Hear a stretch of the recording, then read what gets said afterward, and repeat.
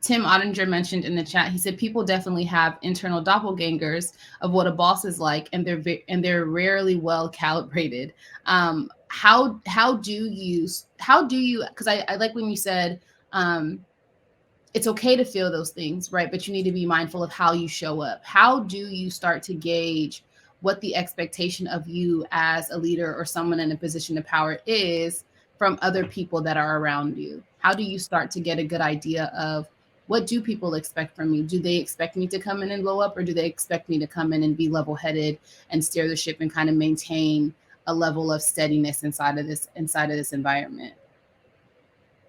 Yeah, I mean, I think you have to be really clear what you are expecting and not make assumptions. So and that really comes down to spending time with people, because if you don't spend time with people, they're not going to know what you expect from them.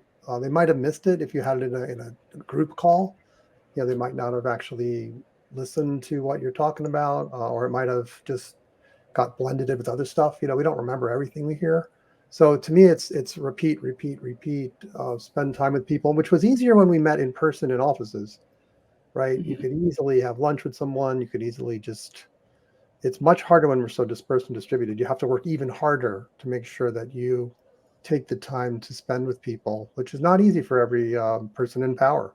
A lot of people in positions of power, they look at their job as, I got all this other stuff to do. And now I'm supposed to also do all this personal stuff and hanging out and getting to know people. And it's a tough position to be in for both sides, right? Because if you're in a situation when you're working for someone above you who's not made things clear, obviously that leaves you in a state of confusion. You don't know what's expected, right? Mm-hmm. Yeah, I think I really like what Josh said about like not just making assumptions. I think when most humans show up in a position of power, I think I always say this, I have to assume we lead with the best of intentions. I actually recently went to a talk in Detroit that was how we shouldn't assume the best of intentions. But I think what the danger is there is we are inviting past trauma, and we are inviting the conversation of, but what if they do this, that, and the other? So when we start out in a leadership position or in a position of power, and we want to do so in a healthy way, I think it really is about a lot of what we talk about, like in our psychological safety workshop, starting with the self, knowing yourself inside and out. And what that really means is, what are your triggers? Like what has, like really doing what I've been calling like a resume retrospective of like, what has my world looked like? And I'm writing a book about it. Like, what has my world looked like in the past to lead me here? And what am I taking from there, both good and bad? One example I would give is, when I was an engineering manager, I was an agile coach and a UX researcher and then an engineering manager. And I thought, okay, I really want to do it right this time, because when I worked in mental health, it was really hard. I was super young. I didn't know what I didn't know.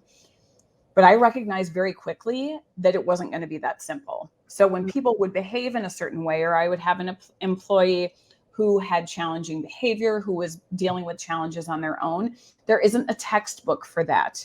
All I can do is recall things from my past and know myself, again, going back to the knowing yourself inside and out and doing that retrospective, like, what did I learn from the places I worked at? What sort of bosses did I have? What was really good for me? It's kind of like having teachers growing up. You always remember the good ones, but you also always remember the bad ones, and you remember why. And I don't think we do that enough in this industry or in any industry, is think about who has led us to the point where we are now, and what do we want from that, right?